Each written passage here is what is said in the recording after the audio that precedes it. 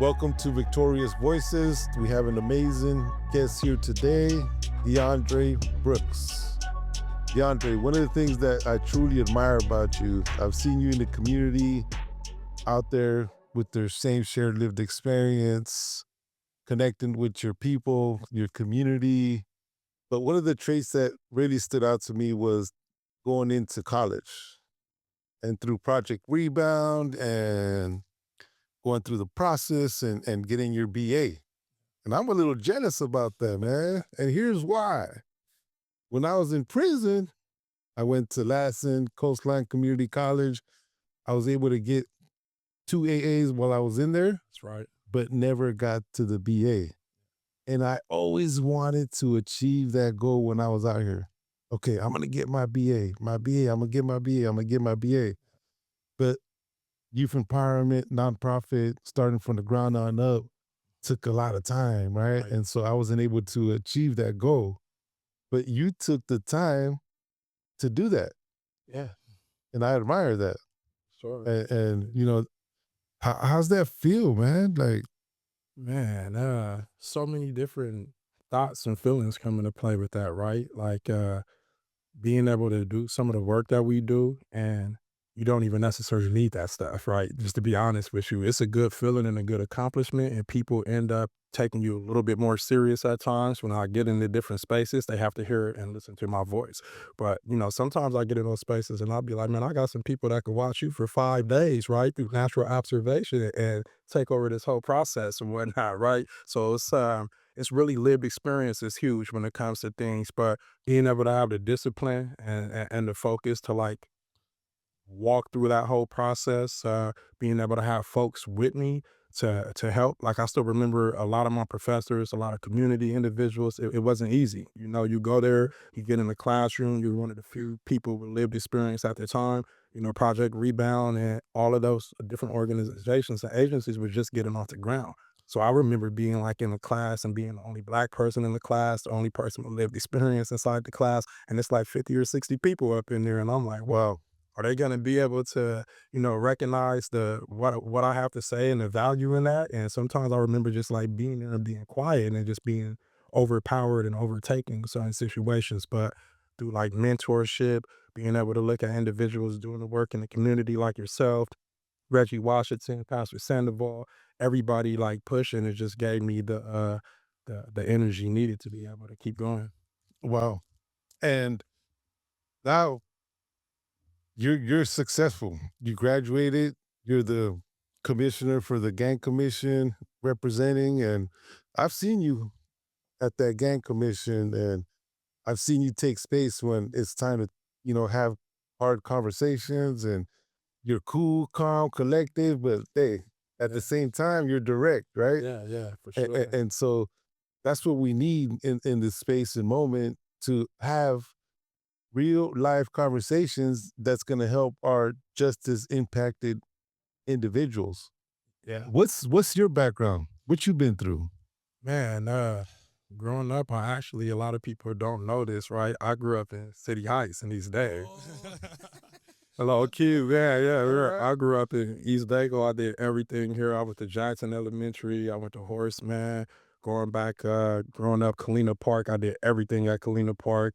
Football, basketball, soccer. I stayed at the recreation center at all times. And then we moved over to Southeast to the coast to Logan Heights. So Okay. I always have my family over there, like for like holidays and barbecues and then the lowriders and all of that. So I was always intrigued by that area. But I mean, really, my roots were over here, like doing Oh, everything. I didn't know that. Yeah, All right, homie. East Dago, baby. Yeah, but growing up, grew up during the height of the crack epidemic and stuff. So single parent homes, and my mom had a drug addiction, and me and my brothers and sisters were separated and put into the foster care system and whatnot. And then I got kind of delved deep into gang banging, trying to find that sense of family, that sense of security. And then I got into a situation with some of my buddies to where I was there and I was on the scene after they had beat somebody up and I didn't tell. So I went and, of course, the detectives came and they were like, hey, this is what happened. We know it's a good possibility it wasn't you. What's going on? And already being torn apart from my family and being into the system, that was the only family that I knew. So I decided to not say anything and I went to prison. But during that prison time, I had a buddy from my neighborhood in there, had been in there since 1986. He's like, "Man, I called home and I hear you're in here for something you didn't do. Let me show you something." He was like, "You're throwing your life away. There's so many different folks that have different things going on, and this isn't it." And so, like, he showed me some paperwork, and sometimes that comes in, that puts everything into perspective for you. So that was like my aha moment. Like, here it is. I'm giving so much to this lifestyle, and it's not what it's caked up to be. And then you start thinking about the youngsters and everybody else going through it that don't have that aha moment or don't get it. Wow, similar like myself, man. My aha moment was in prison too during the hunger strikes. What 11 years ago, Mhm. Corcoran Shoe. Everybody was looking at me like, "Man, what's going on with you, man? Like, you keep on coming in and out, in and out." Because my process was, I did 14 years. I'm in and out, Yeah. in and out, in and out, in and out. And they're like, former lifers. They're like, "What the hell, man? Like, Right. what's wrong with you, man? If I had that blessing, Yeah, they were mad at you. they were mad at me." I would take advantage of that. I would go to church. I would do program. I need to be there for my kids, my family, my mother, my father, whomever that may be. And so that guidance and mentorship began. Who was this individual in your life? Yeah. So many different lifers. So, like, being in there, right? I had 11 years for 85%, but I stayed on and off the level 4 yards, wanting to, get into trouble and go through all those motions. But I had guys in there like that with LWOPs, life without the possibility of parole. They're seeing me do my coastline college courses in there. I'm straddling the fence, but I'm trying to, Yeah. be productive. And they're just like, man, when you get out, you got to do something. We want to be able to live vicariously through you. We don't have many opportunities that we're getting, people not getting out, and just do me that justice. So I had a couple of individuals from San Diego and LA and different guys that were just lifers was like, man, go be great, man. Take that opportunity and go win for us all. And so, like, waking up every day and having a lifer in the cell that has like life without the possibility of parole, right? And then I'm thinking like, man, like what's on this guy's mind, or how are you able to process and move forward? So Right.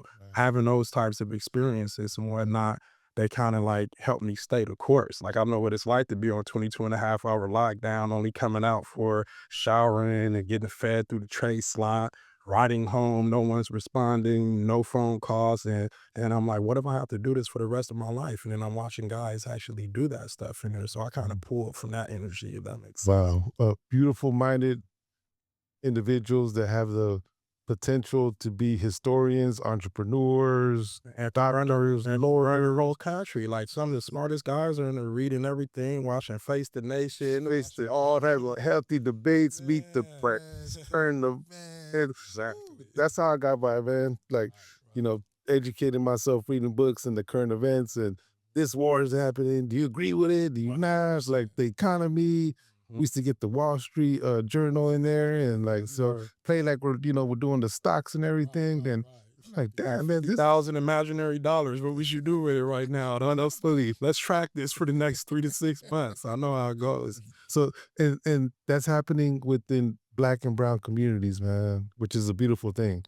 And from what I'm hearing of what's happening in there, there's because we come from a background, man, where Black and Brown have this conflict. Right. But I've been seeing and hearing, not seeing, hearing a lot of peace Yeah. within the institutions, Yeah, which is a yeah, great thing, it's man. definitely a good thing because I mean, great minds think alike, and when everybody is like caught up in a struggle and you being treated the same way, it's better to unite and be able to come together and pull from experiences and learn different things. And like basically, all they have to do is just mirror what's going on right here in San Diego. So many folks, Black and Brown, with nonprofit organizations, lived experiences, are making an impact on the community. That's been amazing. And you hit it right on the money. What's been happening here in San Diego, the model that's been happening here in San Diego, Black, Brown, Asians Right. coming together to do the work, the real impact of the work. Because you go try to do this in LA or Yeah. Oakland, and right, like Right. it's a whole Yeah, different it's a whole different it's world. a It's a whole whole different different approach. cha-cha, man. This, you go into a room and you try to talk to systems, Mhm. like hell nah, it ain't happening, right? Right, right. And that's why San Diego is really like ahead of the curve right now, man. And it even took San Diego a while to get it all the way right. We had to show and prove, show and tell all the way around and say, like, hey, we're really changed individuals and we're making an impact and people watch and pay attention to us. So to be able to bridge that gap between systems and, grassroots organizations, that's really the difference. And people are scared to do that in a lot of places, man. That's It's sad just to see that. they're scared, fearful of what that might look like. But we've taken a chance here and created some space where it's, having hard conversations, Most definitely. advocating, and Right. what's wrong is wrong, what's right is right. And, Right. And being there, like, for us and stuff, not to cut you off, like, that's really, really huge. Like, just to be comfortable getting into spaces. Like, you talk about the gang commission. I'm sharing a gang commission now, right? I would have never in a million years thought that I would be sharing a hell gang nah. permission on there, right? Yeah. Hell nah, right? Yeah. But like being on there and getting on there and seeing how things go, and that we have to have a voice at the table because if you're not at the table, you're on the menu. You're You're on on the the menu, better. man. If you're not at the table, you're on the menu one way or the other. So being able to speak up and have a voice and then also see folks and systems acknowledge, our voice and our past and understanding and say, hey, we do need to make a change. That reinforces, me wanting to be able to bridge the gap and get into certain spaces and becoming comfortable. Cause I used to be like, well, what is this gonna look like? What are people gonna think? And that's part of the psychological enslavement that we have and arrested development at times. Shout out my boy Jonas Royster. We were just having a conversation about arrested development, right? That's just like how our minds think and we won't go into a different space or we want the different things because we're worried about what it looks like and just, where we come from. But just us being able to get past that, to have that comfort level of being there and being that voice, man, that's huge. And Yeah. and look at you, man. I feel outdressed, man. Look at coming in with this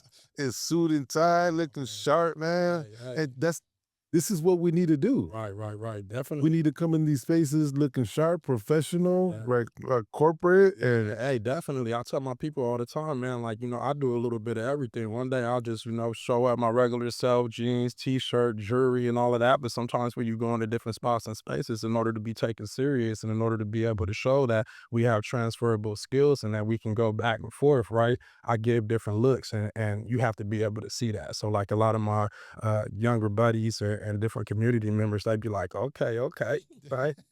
But people treat you different too. Like, I know what it's like when I'm walking down the street and I got my baseball hat on and some jewelry and stuff. Sometimes people might be like, hey, let me steer clear. But when I have my tie on or I have a suit and it's, hey, how's it going? and I felt like that this weekend. Yeah, I went to my son's tournament, and I was in Rancho San Asha Bernardo. Bernardo over there, rented a hotel for a day. And so, I I got my shirt off and I'm walking out to the pool and I'm all tatted up, 19, and people were just kind of just moving out the way when I was walking by, and I'd be like, "Hey, how you doing?" How's it going? But if I come in dressed like this with a suit and tie, right, Yeah. I'll be like, "Hey, what's Yeah. going on?" It shifts the energy and stuff, and that's a good thing to be able to pick up on and recognize, but also too, still sometimes be yourself and just do just that because you never judge a book by the cover. So like I like turning it on and off and stuff because it's like, oh, you didn't know you were going to be able to have this type of conversation, or you didn't think it would flow. Because once you make that connection, they're surprised and shocked, like, oh, I was judging this person right here, Right, and the whole time we're human. right. We never forget where we came from, man. And so, Freedom to Succeed. What is that? That you created that nonprofit just recently? Yeah. Tell us about Freedom to Succeed. Yeah, Freedom to Succeed was definitely created with, wanting to help just break the school to prison pipeline, right? And then taking formerly incarcerated individuals and their lived experience and professionalizing it, like giving them an opportunity to connect with some of the youth like you guys do here at Youth Empowerment to be able to kind of like work on their younger selves. A lot of things that people have gone through, experience, or going to jail, you come back out, people are still, living those same type of lives and coming from those backgrounds. So in order to be able to come in and mentor with them, I just threw the piece in there with the education component. You know what I mean? Right. Like, okay, a lot of all these individuals that come through Freedom Freedom to Succeed have been in jail, but they are also college educated at the same time, right? To make school cool and make it look like, hey, this is what this is, and these are the opportunities you get. And we've already gone through all the processes of feeling alone, feeling like, hey, do I even belong here? Putting the systems in place to make us strong enough to get through that so they don't have to experience that, right? So the same process that you went through Project Rebound, you were telling me that you were only black and inside that room, how you felt that space. Yeah. You're taking that experience, Right. right? And you're making it more healthier for the Exactly, making okay. it more healthy, making individuals ready to go to school, ready to start, even just at the community college level. When I came home, I started at the community college level and had to transfer and then got to San Diego State. Once I got the Project Rebound, no, I started the first cohort there, right? But we were kind of already Right. So you were one of the first I was in the first cohort, originally. yeah, 2017, opened that thing up Okay. Oh yeah. later, yeah, yeah. Yeah. First of the first three graduates. We graduated first graduating class as well too. Shout out Project Rebound, still tap in with them all the time on a regular basis, and it's been amazing to see what David Duran is doing there. As a matter of fact, every semester we get 2 fellows from Project Rebound to help scale Freedom to Succeed. And so, like, they're getting the experience of being in the nonprofit world. Project Rebound has been able to fund that right there for us, and we've been able to scale our organization. So I'm just like in a grant writing phase and donation phase, but we have a database now with maybe 200 different grants, the dates, what they're all about, and when we're ready to go from, do the Project Rebound, sending folks over and helping scale Freedom to Succeed. So that's been Yeah. huge. David Durand is amazing, man. They come over here, work with our youth, and get them ready for college and a bridge to that. And so they're a great organization. Most definitely. So what's the vision, man? What's the vision? Yeah, we want to be able to sit down and work with youth and adults at the same time. I know we got a collaboration coming up with youth empowerment with the adult mentorship program. Yes. I kind of like sit down and unpack different experiences that folks have been through and then create simulations around them, kind of like an A, B, C, or D thing, like different choices. So like I'll walk you through something. I met my colleague Patricia Franklin. Shout out Patricia Franklin too, co-founder and COO of Freedom to Succeed.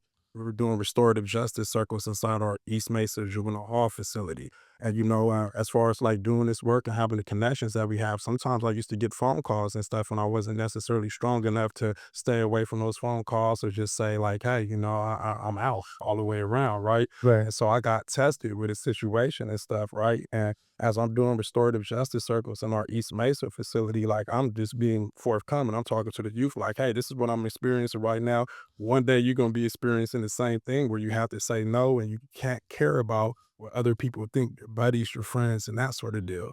So something transpired and I had got a phone call like, hey, this just happened to me. And it was from one of my buddies that has put his life on the line for me in the past. Right. And so that was one of the hardest things to do is just to say like, no, I'm sorry that this happened to you, but my life is on a different trajectory right now. So I had to navigate all those feelings and emotions of feeling like I was letting them down. Then you couple in the fact that he's came and showed up for me with no hesitation before it, right?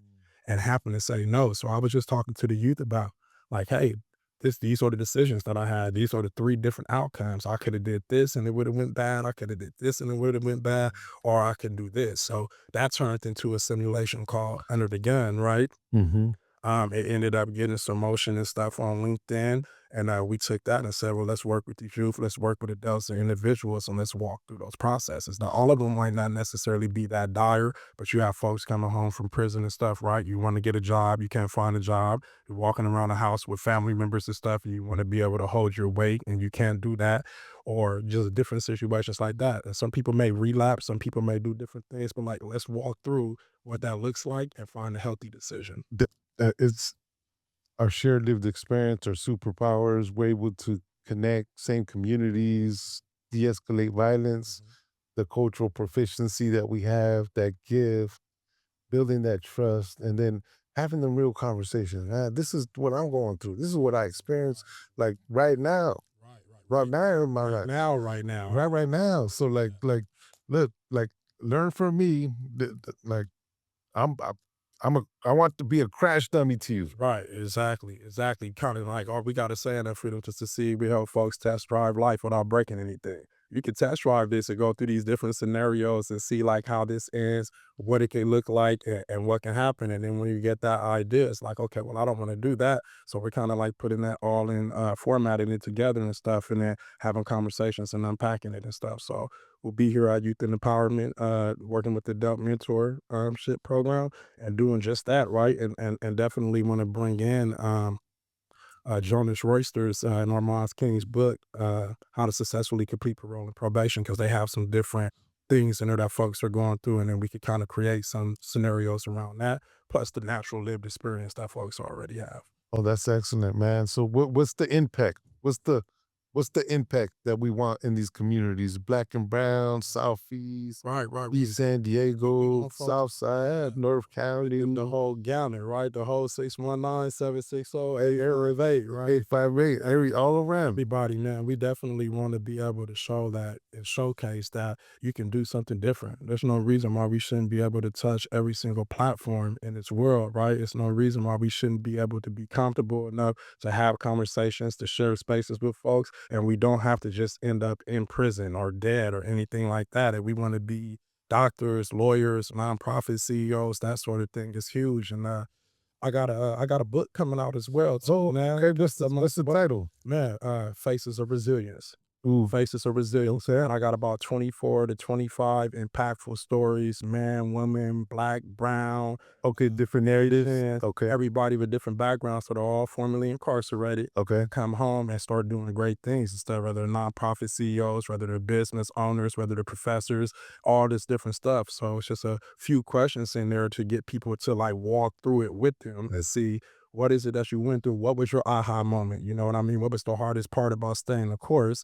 And then another question that is big from you on there is, um, what was the moment you realized that, you know what I mean, you conquered yourself, right? Like being able to be in spaces and be comfortable and not care what people think, right? Or understand that it's a bigger picture. And in order to make an impact, right, you have to be uncomfortable in different spaces. But it's just a matter of like, I've made it, I've conquered myself, whether it be a drug addiction, whether it be gangs, whether it be anything that you may be experiencing. So, Faces of Resilience coming soon. Oh, that's awesome, man. And the impact that I want to see is building leaders, moving out the way, creating safe spaces, therapeutic community, restorative justice, trauma informed, Yes, sir. working with our people, youth, individuals, and family throughout San Diego County. Also getting into a space where we train systems, right? Through the lived experience lens. And so we're actually launching our OTP, Organizational Transformational Program, Right, right. in a week. I think you guys shared that over at the commission. I think Yeah, so you're we already got trailblazer. yeah three trainings already lined up, man. So Congratulations, man. That's yeah, huge so there. yeah, we've been working on that for what about 4 years, Yeah, yeah. Hey, but man. it actually started when I first got out. When I was I was mandated to do a personal development, self help, Yeah. and so because I didn't get no resources when I was in prison, Right. I was just in the box, validated, slammed down, shoot, figure it out.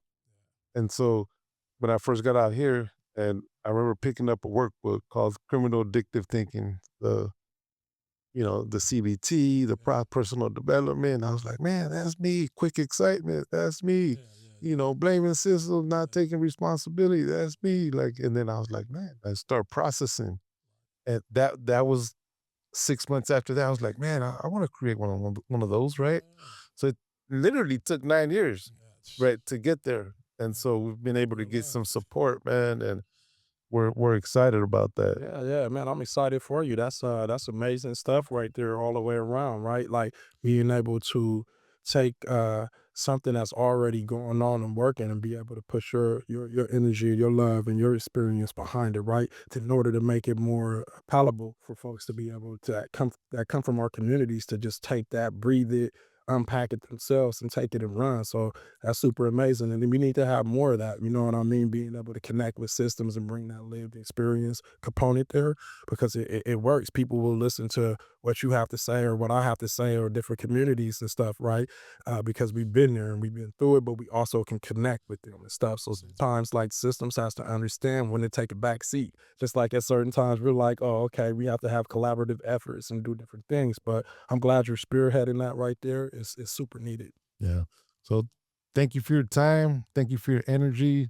I wish you the best, DeAndre, in your life, your successes, your visions, your team, that you guys achieve greatness. I'm here. Whatever I could share, proposals, winning proposals, grants, templates, all that, Sure. they're all here. I'll share it with you.